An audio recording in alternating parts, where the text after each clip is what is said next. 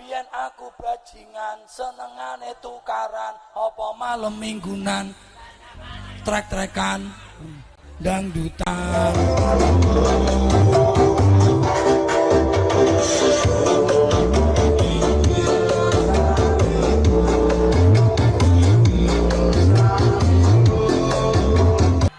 Es tehmu cik oke ra? Masih? Ya kono didol goblok. Kamu hanya sebatas diperintahkan oleh orang dibayar 6 juta, tega-teganya kamu menyantet orang.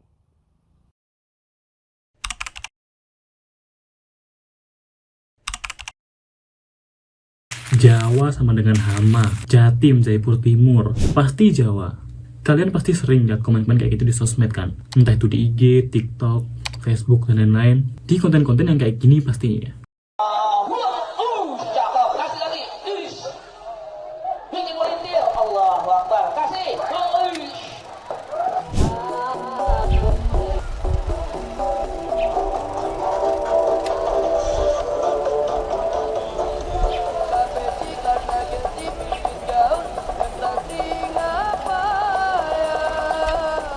Terus kenapa ya hal ini bisa terjadi? Jawa sendiri adalah pulau dengan populasi paling banyak di Indonesia dengan 167 juta dari 270 juta jiwa di Indonesia. Yang artinya pulau Jawa aja ini udah 56% dibandingkan seluruh Indonesia. Dan sebenarnya kalau kita ngomongin Jawa, banyak hal yang bisa kita harapkan gitu. Soalnya infrastruktur, fasilitas umum, pendidikan, dan lain-lain di Jawa udah paling enak jika dibandingkan dengan pulau yang lain.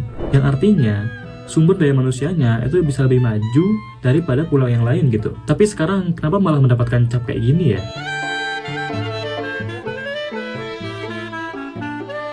Oke, kita langsung bahas aja. Faktor penyebab ini terjadi ya, akarnya ini ya, adalah dari kualitas guru yang ada di Indonesia. Mulai dari SD sampai SMA ya ini berlaku ya.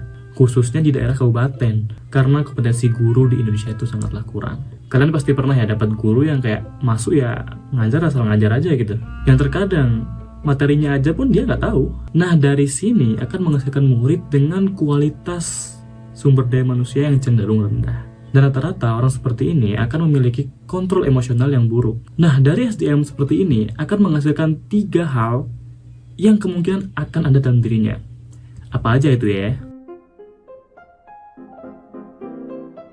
Yang pertama, krisis identitas. Kenapa aku bisa menyebutkan krisis identitas? Oke, kita tahu sendiri dari tersedianya SDM yang ada, yang terutama remaja akan mencari validasi dan jati diri. Lewat apa mereka mencari jati diri? Prestasi. Apa yang dibanggakan? Jika tidak ada sesuatu yang bisa dibanggakan, maka jalan keluarnya adalah mencari komunitas. Dan ya, disinilah dia akan masuk ke salah satu di antara organisasi silat, pecinta sound horeg, pecinta motor racing, dan lain-lain. Di sini aku tidak menyalahkan ajaran yang diajarkan oleh silat ya, karena tujuan silat sendiri itu sangat mulia. Tetapi nggak sedikit dari oknum organisasi silat yang sering terlibat kerusuhan dan tawuran. Hal inilah yang menyebabkan rusaknya nama organisasi tersebut, dan muncullah cap-cap yang ini sebenarnya menggeneralisir orang Jawa ya. Nah kalau sound horeg sendiri aku sudah pernah bahas di video sebelumnya, jadi kalian tonton aja di sini. Hobi dari memodifikasi motor dan juga balapan atau disebut racing ya, ini sendiri tidak ada salah-salahnya gitu, dan ini pun bagus asal pada tempatnya aja gitu. Misal di sirkuit atau lahan kosong yang jauh dari masyarakat. Nah terus apa penyebab komunitas itu tuh dibenci gitu loh? Nah penyebab komunitas ini dibenci itu ya karena ulah beberapa oknumnya yang gak ada aturan. Kayak contohnya pada video yang memperlihatkan mereka masuk di Indomaret ya, dan mereka nongkrong di dalam gitu. Nah bisa ditebak lah ya gimana komentar netizen. Nah, dari ketiga contoh tersebut, itu adalah kemungkinan yang akan dipilih oleh remaja yang membutuhkan validasi terutama di Pulau Jawa.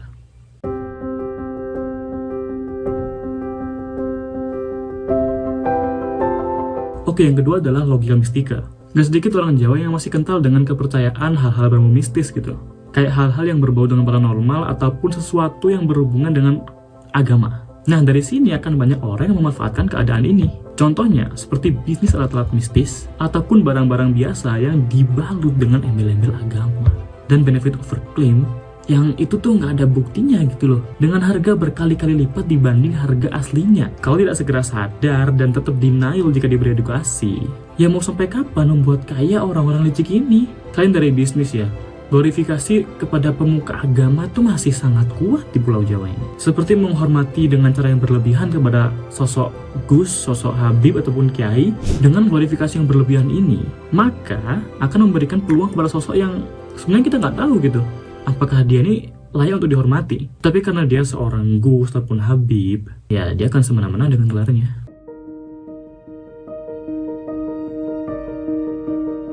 Yang ketiga, fanatisme. Dari kedua hal yang aku sebutkan sebelumnya, ditambah lagi sifat yang biasanya ada gitu, yaitu fanatisme atau terobsesi kepada sesuatu secara berlebihan. Fanatisme ini akan berdampak buruk yang biasanya dia akan susah untuk diberi fakta gitu. Walaupun lah kalian udah membuka matanya selebar-lebar mungkin, kalau dia tetap fanatik, ya tetap denial bro.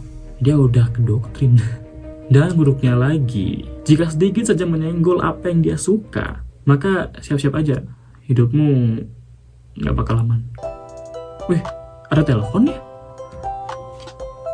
Sherlock mas tak parani. Fanatisme ini bisa timbul karena dia tuh merasa dia bisa mendapatkan tempat di komunitas tersebut atau didoktrin oleh seseorang yang ada di komunitas tersebut gitu. Bisa jadi pemimpinnya ataupun yang lainnya.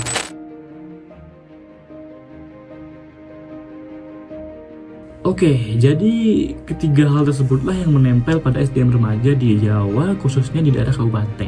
Sebenarnya ya, hal tersebut tuh nggak terjadi di Jawa aja gitu loh. Tetapi karena populasinya banyak, dan video yang beredar di sosial media adalah orang-orang Jawa, maka yang gak heran kalau orang-orang tuh memberikan stigma kayak gini pada orang Jawa gitu loh. Oh ya, satu lagi, kenapa hal-hal tersebut tuh hanya ada di kabupaten, tidak di kota? Jawabannya ya jelas. Dari sumber daya manusia yang dihasilkan itu berbeda bro. Mulai dari mindset serta tujuan hidupnya tuh udah beda. Di sini aku nggak mengatakan kalau orang kabupaten tuh nggak bisa bersaing sama orang kota gitu. Nggak ya. Karena banyak sekali orang kabupaten tuh yang sukses. Hanya aja kalah dengan mayoritas yang tersorot di sosial media.